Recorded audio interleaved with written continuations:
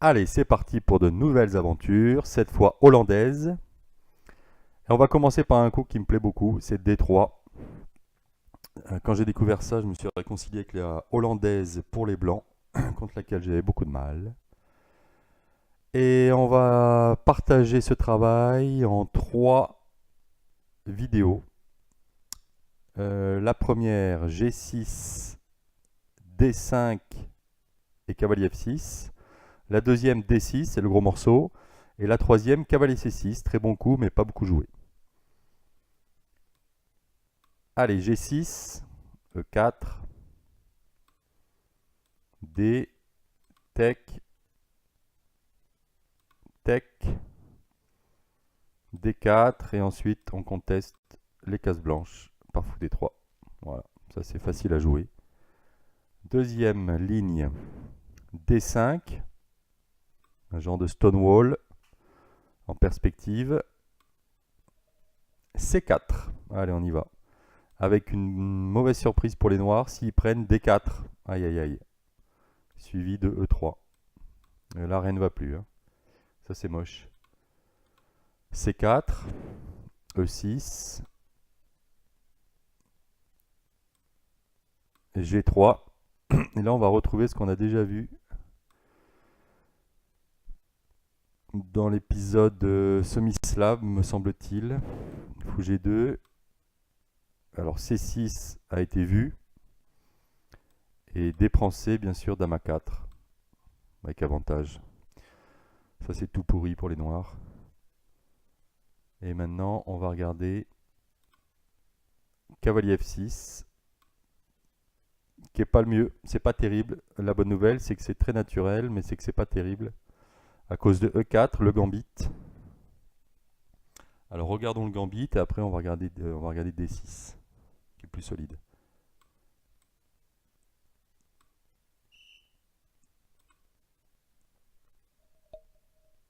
Alors regardons D6 ici, c'est mauvais.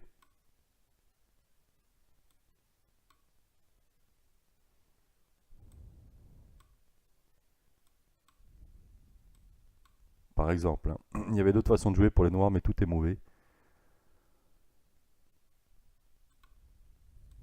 Allez, cavalier E4, fou. Alors D5, fou prend évidemment, rien ne va plus. Et cavalier F6, la pointe c'est cavalier G5, avec une attaque de mat, tonitruante. Alors on va regarder D6, on va regarder C6, on va regarder E6, et on va regarder G6.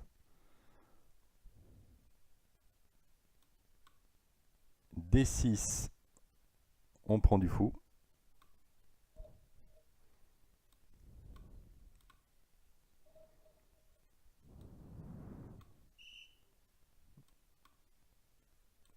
Cavalier F7. Et le problème, c'est qu'on peut faire échec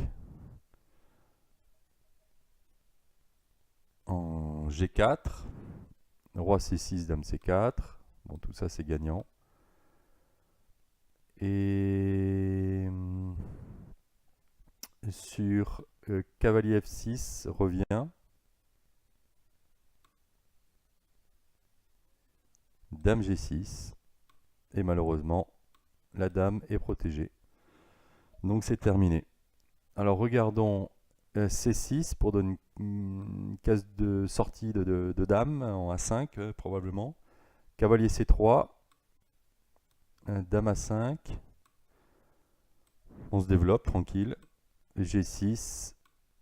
Fou D2 suivi de grand roc. Avec une position préférable pour les noirs.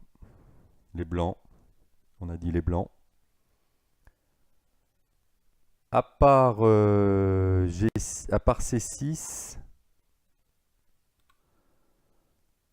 E6, non, on n'en est pas là. On a bien avancé, pardon.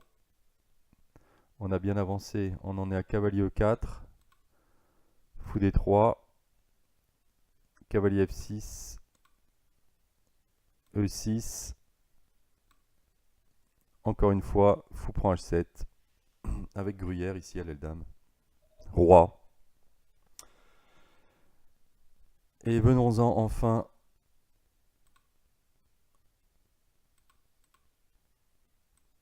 à G6.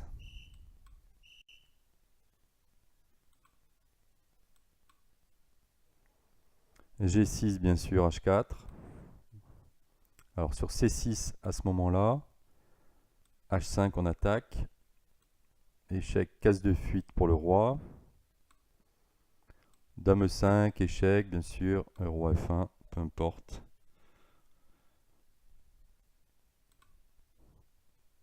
Et sur D5, c'est la même. On attaque. Ok, donc on a vu E4, F prend E. Et regardons D6 ici. On va essayer de contester les cases blanches.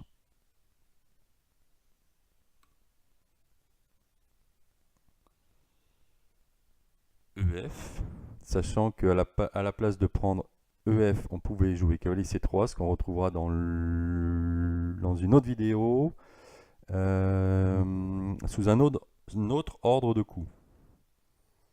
Donc D4, alors C6, fou D3, idem sur E6, fou D3, et sur Dame D7, c'est le même principe, on va juste sortir le cavalier d'abord. L'idée c'est que après cavalier C6, on a peut-être mieux à faire que fou D3, notamment fou B5. Alors on va regarder G6, fou D3. Petit roc, hein, on ne se lance pas dans H4, le roc a l'air assez solide quand même. On pourrait, hein. Et D5. Alors par contre, après cavalier C6, on peut peut-être se permettre de jouer fou B5 qui est gênant.